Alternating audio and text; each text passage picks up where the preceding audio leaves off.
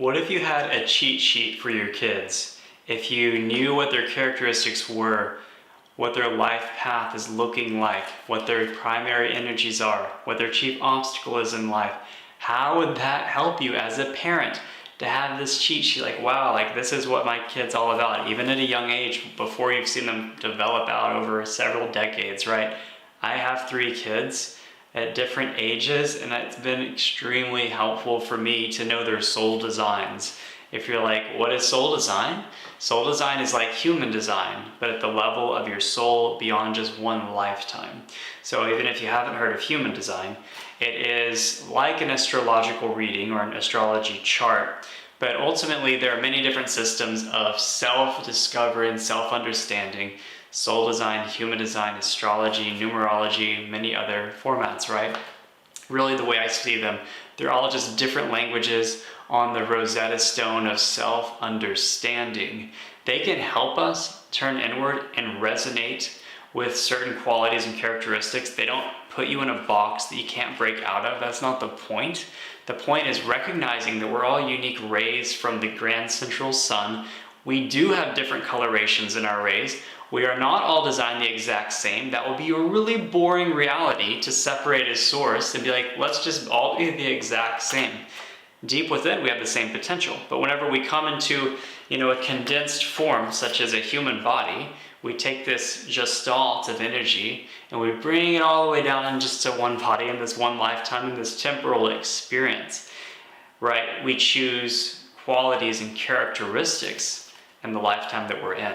So if you haven't gotten a soul design chart and reading for yourself, I highly recommend it. It's so powerful. It helped me understand pretty much, it came down to this for me. I manifest love through others.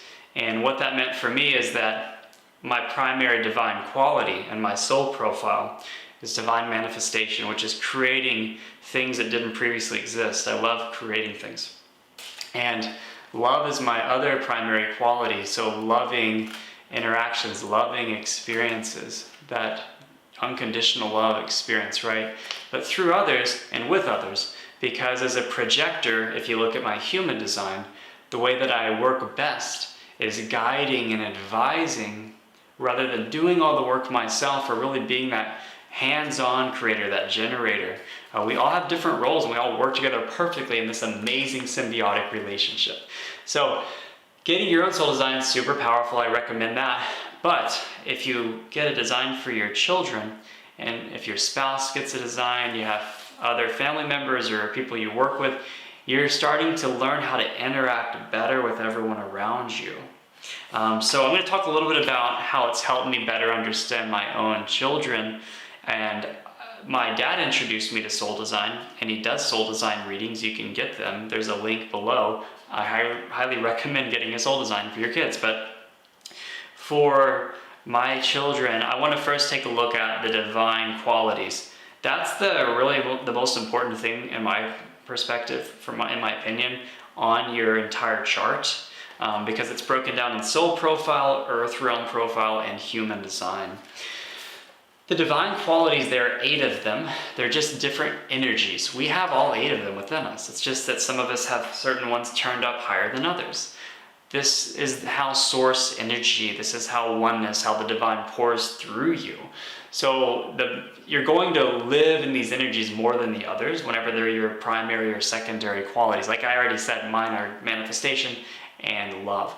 By the way, like I said, everyone has all of them, and it doesn't mean that I can manifest and other people can't. Everyone's always manifesting, whether they think they are or not. Really, a divine manifestation is a little different than that. But let me get into this. So with my oldest daughter, she has the qualities of divine manifestation and divine communication. Those are her biggest energies. And I want to highlight one there for a second, which is divine communication. A divine communication soul, someone who has that higher percentage there, they really need to have their voice heard. They love talking. They love keeping up with others.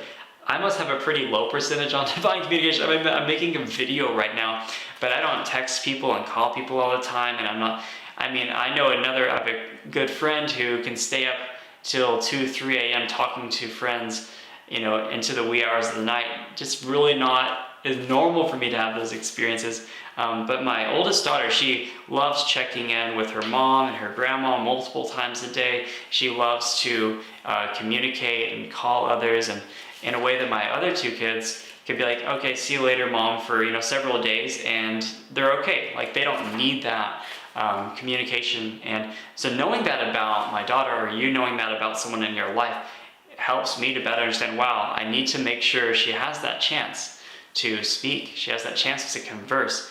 Talking it out, chatting, communication in different forms is really, really important, in a way that, compassion or truth or manifestation, they're going to be seen in a different light. They're going to be experienced differently. So it's really helpful for me to know that about her, and it's super obvious as well that that's her one of her primary qualities. And then looking at my other kids, it's interesting. My son has divine order as one of his primary gifts there. And order isn't just about organizing things and keeping things straight and clean and tidy. It's about really this energy of understanding and placing things in a way that makes sense. It could be that someone pulls in a lot of information and they actually create a new teaching system that they order in a way that they deem, this makes the most sense. It could be seeing taking apart a machine, taking apart a motor, piecing it back together, wanting to understand how everything operates and functions and putting it in the right place, which he really loves, and he's very good at that. So that's an example of him leaning into that. And then also with my youngest daughter, she has a very high percentage of divine manifestation. She doesn't have a secondary quality, which is extremely rare. So showing that divine manifestation energy loves moving your body, traveling, creating things that are new, being able to exert that creativity, so being aware of that. So another thing I want to go into here in the Earth Realm profile is called the role. It's the archetypical energy that we lean into. It doesn't mean that if your role is server or artisan or priest, there are different roles, there are 7 of them, that's like the job that you're supposed to have. It's a quality that you're going to imbue, and you're going to be drawn to expressing yourself in this way, and it's going to feel good when you're living that role out. Just like it feels good when you're in alignment with your divine qualities, okay? If you're a divine communication soul, that's a high percentage for you, and you're not conversing, you're not engaging, you're not social, you're going to feel really cut off. You're not going to feel like yourself. So that's why it's really powerful to know this information, and you'll see it resonating with you. Because the main blocks and restrictions we experience in our life when we're really cut off, when we're off path, it's typically being in the negative polarity of our main qualities. So knowing that about yourself, or knowing that about your kids, helps a ton. So looking though, all 3 of my kids, their role is server actually. That's also my role on my chart, so it's helpful for me. I understand it very well. They love to give. They love to do things for others. They want to feel useful in that way, just like making a little snack for someone, or piecing something together, helping someone out. They want it. That feels so good to them. So there are different roles, and because I know other people who are not servers, and it's interesting how big of a contrast it is. And there's no judgment. It's just seeing how we're all built differently. My brother, a scholar, is his role. And scholars, I know a couple of other scholars in my life as well. You can pick them out because they're voracious readers and learning all the time, always taking notes, reading tons of books. I mean, I know some scholars and they all send me really long emails because they have so much information that they want to share. They feel like they have to. So there's just a big difference there. And so my brother, for example, he has a wonderful heart, but the way that he approaches life is different. And like when he came over to visit, I'm over here, hey, can I get you some water, some snacks? Can I make your food for you? Can I take care of all this for you? And it's just a different approach if the roles were reversed. Yet he loves sharing his knowledge and information. So knowing that about the role is really, really helpful to engage better with your kids.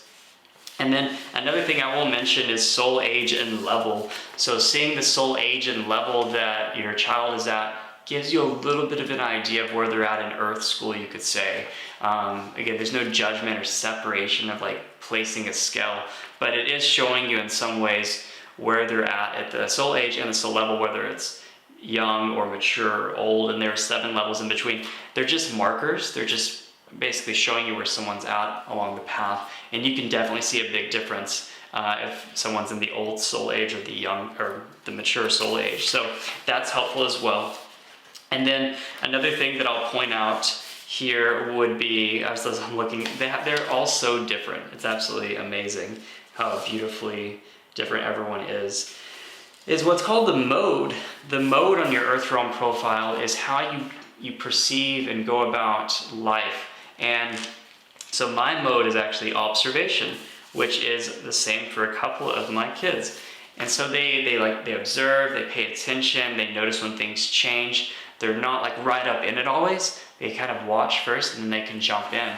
Whereas one of my daughters has a mode of power, and that means she feels good when she can forcefully kind of dominate and move things along and be more involved. Power doesn't need to sound scary or negative in any way. It's very positive depending on how you use it.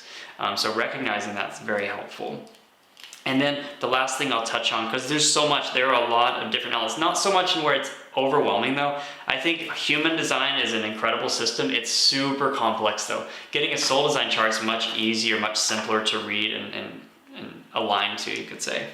But we do include the human design element, a couple of the elements from human design, such as the type and the inner authority, which is how you experience your intuition. So knowing the type, which all 3 of my kids are manifesting generators actually, and I'm a projector.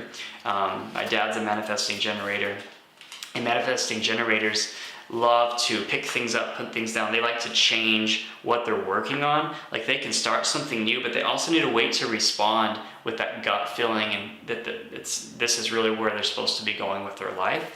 And then seeing that inner authority. Inner authority is how you experience your intuition.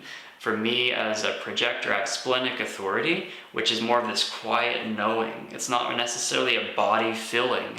But with my kids, seeing that 2 of them have solar plexus and 1 has a sacral response. Sacral is that gut feeling, that or and then solar plexus is the emotional authority.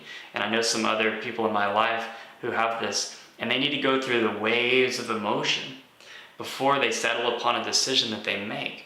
And someone might perceive them like, you're being so emotional, why are you crying, why are you feeling?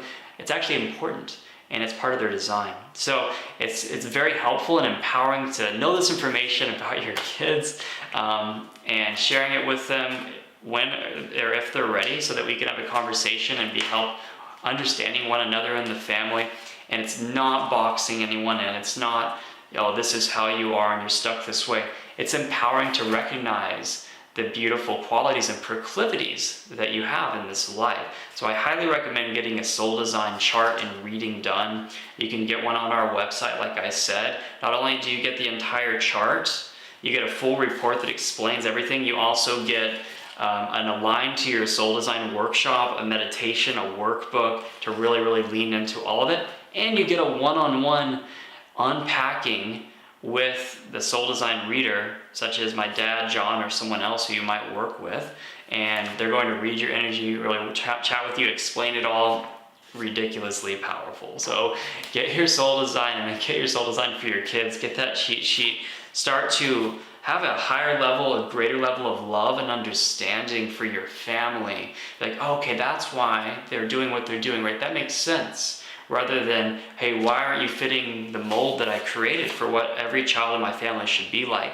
You can actually liberate and allow everyone to have their individualization and, supporting your family, supporting your children, and being the greatest version of themselves.